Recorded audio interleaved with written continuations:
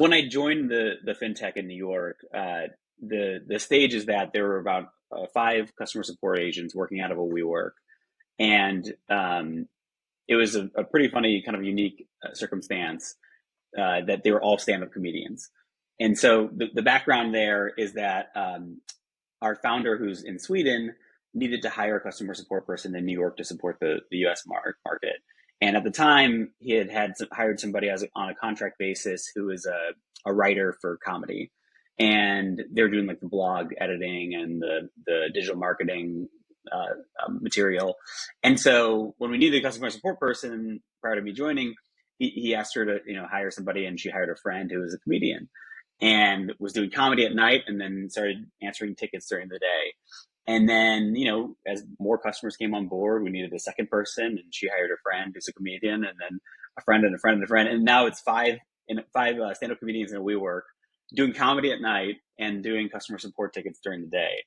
And so when I joined, that was the environment that I was getting into, and it was certainly a super fun environment with the stand-up comedians. And then we were working out of a WeWork that had beer at 3 p.m. and it was great. And it was clear we needed to mature our processes a little bit. Could I sort of respect the culture that's been there, and not dramatically change things, but make us grow a little bit, develop some processes to ensure that we're supporting our customers and meeting their needs.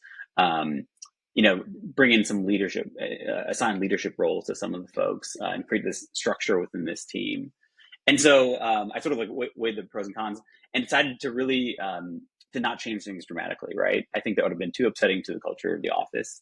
And it was a really great culture that we were creating. We were an anti-bank already, so the fact that our customer support folks were answering tickets with emojis and fun things and little jokes here and there aligned with our brand of the anti-bank, that you wouldn't get that response from Chase when you're doing customer support, or Bank of America. And so I didn't want to dramatically change things when I joined.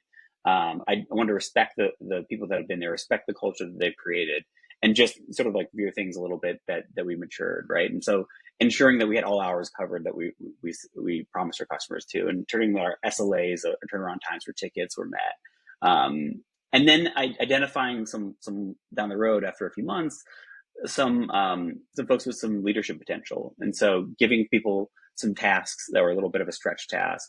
Anybody that wanted to volunteer for a project that we needed to take care of that I didn't really have time for, I would sort of start handing off to people that I identified were really had that talent and that drive to want to take on extra things.